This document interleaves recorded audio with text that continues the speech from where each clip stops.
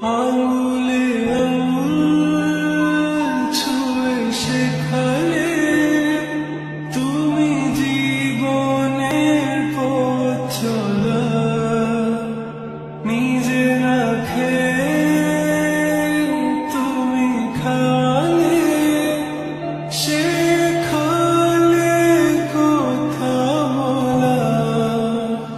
বাবা তুমি আমার যত খুশির কারণ,